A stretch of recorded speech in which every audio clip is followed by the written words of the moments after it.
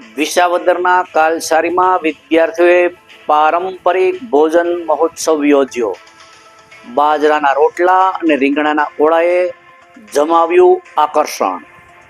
નમસ્કાર, સહજ ન્યૂઝ સાથે હું છું ગોપાલ ભેસાણીયા.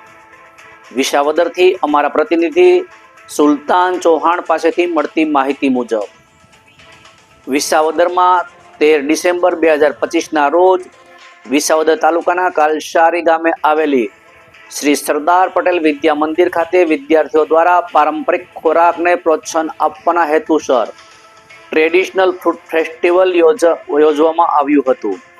સંસ્થાના પ્રમુખ ભરતભાઈ અમીપરા તથા શાળાના આચાર્ય ઝાલા સાહેબના માર્ગદર્શન હેઠળ યોજાયેલા આ કાર્યક્રમમાં શાળાના તમામ વિદ્યાર્થીઓએ ઉત્સાહપૂર્વક ભાગ લીધો હતો. આ કાર્યક્રમનો મુખ્ય હેતુ નવી પેઢીને દેશી તથા પૌષ્ટિક ખોરાકની મહત્તા સમજાવવાનો તેમજ બાળકોમાં આત્મનિર્ભરતા અને રસોઈ કળાના વિકાસને પ્રોત્સાહન આપવા માટેનો રહ્યો હતો. આ કાર્યક્રમ અંતર્ગત વિદ્યાર્થીઓએ જાતે જ વિવિધ પરંપરાગત વાનગીઓ તૈયાર કરી હતી.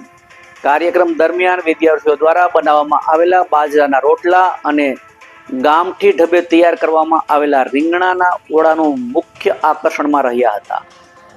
દીકરીઓ અને દીકરાઓએ સમાન ઉત્સાહ સાથે વાનગીઓ તૈયાર કરી મહેમાનો અને શિક્ષકોને પીરસી હતી, જે સૌએ વખાણ્યું હતું.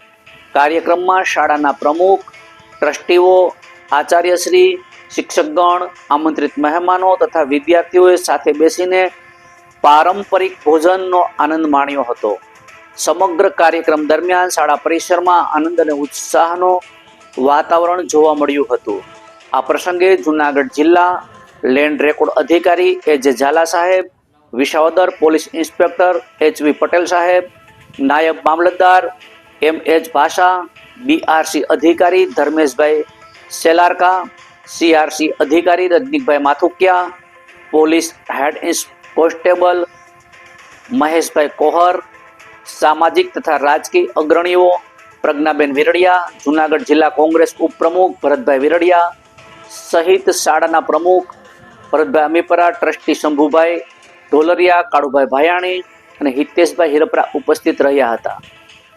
શાળાના આચાર્ય ઝાલા સાહેબ તેમજ શિક્ષકશ્રીઓ ટાંક સાહેબ, પડશાળા સાહેબ, કુંભાણી સાહેબ, નૂતનબેન કોરાટ, અલ્પાબેન વાછાણી, જલ્પાબેન વાઘમસિંહ, વિપુલભાઈ ગોંધિયા અને રસોઈ માર્ગદર્શક પ્રવીણભાઈ અમીપરાની મહેનતથી કાર્યક્રમ સફળ અને સંપન્ન થયો હતો. રિપોર્ટર સુલતાન ચૌહાણ, સહજ ન્યૂઝ, વિસાવદર.